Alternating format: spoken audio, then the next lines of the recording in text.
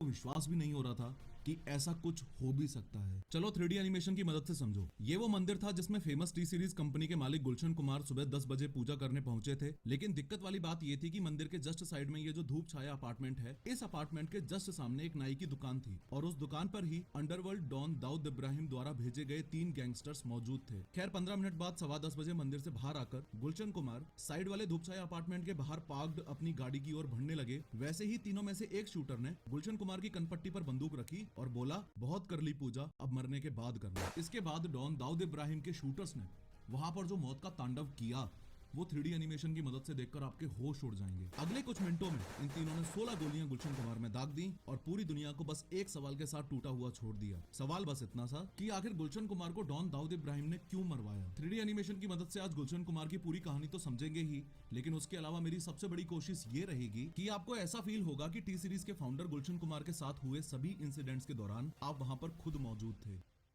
लेकिन हर बार की तरह शुरू से शुरू करते हैं। बात 1951 की है। दिल्ली की एक पंजाबी फैमिली में टी सीरीज के मालिक गुलशन कुमार का जन्म हुआ था। बहुत छोटी उम्र में ही गुलशन कुमार अपने पापा की जूस शॉप पर काम करके उनका हाथ बटाने लगे थे। गुलशन कुमार कोई बहुत अमीर परिवार में पैदा नहीं हुए थे। उन्हें पता था कि उन्हें ज्यादा से ज्यादा पैसा कमाकर जल्दी से जल्दी अपने परिवार को सपोर्ट करना है। इसलिए गुलशन कुमार ने सिर्फ 23 साल की उम्र में ही एक कैसेट शॉप खोली जिसमें वो दूसरी कंपनीज के गाने बेचते थे। फिर उन्होंने सुपर कैसेट्स इंडस्ट्रीज नाम से एक म्यूजिक कंपनी बनाई जिसमें वो खुद के गाने बेचते थे। और आप विश्वास नहीं करोगे कि इस मेहनती बंदे ने उस बिजनेस को इस लेवल पर एक्सपेंड कर दिया कि वो बिल्डिंग पूरे नोएडा की सबसे पहली कॉमर्शियल बिल्डिंग बनी। एक बात तो आपको बताने की जरूरत भी नहीं है कि गुलशन कुमार भगवान शिव और मां अंबे के अल्टीमेट भक्त थे। इनफैक्ट 1983 में जब गुलशन कुमार ने कंपनी को टी सीरीज नाम दिया था तो टी सीरीज में टी का मतलब भी त्रिशूल ही था। इससे पहले कि हम गुलशन कुमार के हत्या वाले दिन की बात करें, एक बात आपको अच्छे से पता होनी चाहिए कि गुलशन कुमार बहुत ही गोल्डन नेचर के व्यक्ति थे। वो हमेशा नए लोगों को मौका देते थे, जैसे अनुराधा पौडवाल, सोनू निगम, कुमार सानू और म्यूजिक डायरेक्टर नदीम श्रवण। ये नदीम श्रवण का जो डुओ है, इसमें ये जो नदीम सैफी है, इसको ध्यान से देख लो और दिमाग में रिकॉर्ड कर लो। रिपोर्टेडली ऐसा बोला जाता है कि इसने ही गुलशन कुमार को मरवाया था। आगे देखेंगे कैसे। गुलशन कुमार अपने कल्चर को काफी फॉलो करते थे और अलग अलग मंदिरों में डोनेशन भी किया करते थे। यहाँ तक कि उन्होंने वैष्णो देवी मंदिर में भंडारा भी स्टार्ट करवाया था, जो आज भी उन्हीं के नाम से होता है। गुलशन कुमार इतने सॉफ्ट हार्टेड थे कि पिंजरे में बंद बर्ड्स को खरीदकर उड़ा देते थे। रास्ते में कोई जानवर मर जाता था तो उसकी बॉडी को खुद दफनाते थे। ये बात इतनी आसानी से हजम नहीं होती ना कि जिस बंदे ने पूरी जिंदगी दूसरों का भला किया, गैंगस्टर्स ने मिलकर उसी को मार दिया। अगले 2 मिनट इस वीडियो के बहुत ज्यादा इंपॉर्टेंट है। बस ध्यान से एक बार समझ लो कि गुलशन कुमार की हत्या का 1990 में रिलीज हुई आशिकी मूवी से क्या कनेक्शन है। ये देखो आपकी स्क्रीन पर ये बहुत ही टैलेंटेड म्यूजिक डायरेक्टर नदीम और श्रवण है। टी सीरीज ने फिल्म आशिकी के गाने कंपोज करने का मौका दिया एक उभरती हुई जोड़ी को, जो थी ये नदीम श्रवण की। इस मूवी के गानों की 20 मिलियन कॉपीज बिकी और इस सफलता की वजह से टी सीरीज के सारे गानों में ऑलमोस्ट नदीम श्रवण का ही म्यूजिक चलता था। बहुत बढ़िया म्यूजिक डायरेक्टर बनने के बाद नदीम ने गाना गाने की भी सोची। नदीम म्यूजिक डायरेक्टर तो अच्छे थे, पर गाने के मामले में उनका हाथ थोड़ा तंग था। इनफैक्ट गुलशन कुमार ने नदीम को सलाह भी दी कि तुम गाना मत गाओ, पर वो माने नहीं। दोस्ती की वजह से गुलशन कुमार नदीम के कुछ गाने जैसे हाय अजनबी प्रमोट करने के लिए रेडी हो गए। जैसा कि गुलशन कुमार को लगा था, इन गानों पर कोई खास रिस्पॉन्स नहीं आया और एल्बम पिट गई। जब कंपनी को काफी बड़ा लॉस होने लगा तो गुलशन कुमार ने नदीम के गानों को प्रमोट करना एकदम बंद कर दिया। More over T series mid 90s आते आते इतना बड़ा ब्रांड बन चुका था कि इंडिया में रिलीज होने वाले टोटल गानों में से 65% सॉन्ग्स के राइट्स टी सीरीज के पास ही थे। अगर टी सीरीज उस समय किसी के एल्बम के राइट्स नहीं खरीदता था तो उसके चलने के चांसेस ना के बराबर हो जाते थे। नदीम को यह बात खटक गई कि ना तो गुलशन कुमार उसे काम दे रहे थे और ना ही उसके गाने प्रमोट कर रहे थे। इसी बात का बदला लेने के लिए उसने गुलशन कुमार को जान से मरवाने की सोची। और दिल दहला देने वाली बात यह है कि गुलशन कुमार को मरवाने के लिए नदीम ने सुपारी भी दी, तो किसको? अंडरवर्ल्ड डॉन दाऊद इब्राहिम को। आप लोग ध्यान से सुनना इस बात को। ये दाऊद इब्राहिम है दुनिया का सबसे मशहूर अंडरवर्ल्ड डॉन। इसी धंधे में इसका भरपूर साथ देने वाला ये इसका भाई है अनीस इब्राहिम। उसके अलावा ये दाऊद इब्राहिम का राइट हैंड और बॉलीवुड का डॉन है ये अबू सलीम।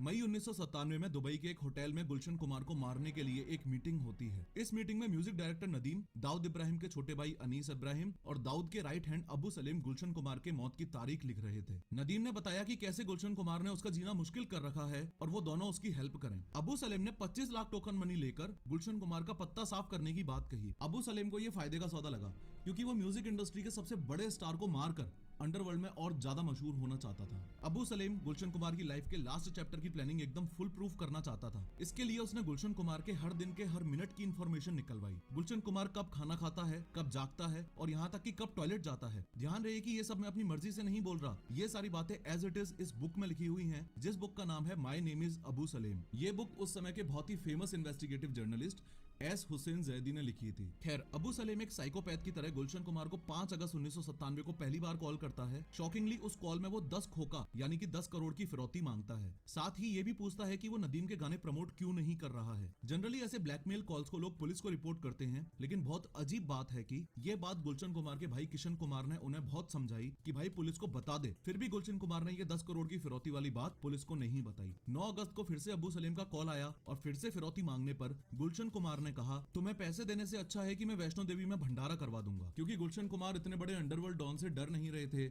इसलिए अबू सलेम का ईगो हर्ट हो गया और ये बहुत बड़ी दिक्कत वाली बात बनी। गुलशन कुमार के पूरे शेड्यूल को सही से एनालाइज करने के बाद अबू सलेम ने वो मौका ढूंढ ही लिया जब वो अपने काम को अंजाम दे सकता था। और उस मौके के बारे में हम बात करें उससे पहले कुछ इंपोर्टेंट लोकेशंस को भी अच्छे से समझ लो। ये है गुलशन कुमार का घर, जो कि मुंबई के लोखंडवाला कॉम्प्लेक्स में है। यहाँ से 4 किलोमीटर दूर अंधेरी वेस्ट के जीत नगर में है ये जीतेश्वर महादेव मंदिर, जहाँ गुलशन कुमार रोज पूजा करने जाते थे। और मंदिर से लगभग 5 किलोमीटर दूर है ये कूपर हॉस्पिटल, जहाँ गोलियां लगने के बाद गुलशन कुमार को ले जाया गया। अब आपने लोकेशंस को सही से समझ लिया है तो इस केस को समझने में और भी मजा आएगा। जिस मौके की हम बात कर रहे थे वो मौका था गुलशन कुमार का काम पर जाने से पहले अंधेरी के इस जीतेश्वर महादेव मंदिर में पूजा करने जाना। मंदिर की लोकेशन और माहौल अबू सलेम के शूटर्स को हत्या करने के बाद भाग जाने के लिए इजी लग रहा था। आप लोगों के सामने डेट्स को लेकर क्लैरिटी भी मैं अभी से ही रखना चाहता हूँ। गुलशन कुमार के पास पहली धमकी का कॉल 5 अगस्त 1997 को आया था। दूसरी धमकी का कॉल 9 अगस्त 1997 को आया था और फाइनल अटैक आज के दिन यानी 12 अगस्त 1997 को हुआ था। खैर, फाइनली आज 12 अगस्त 1997 को दिन है मंगलवार का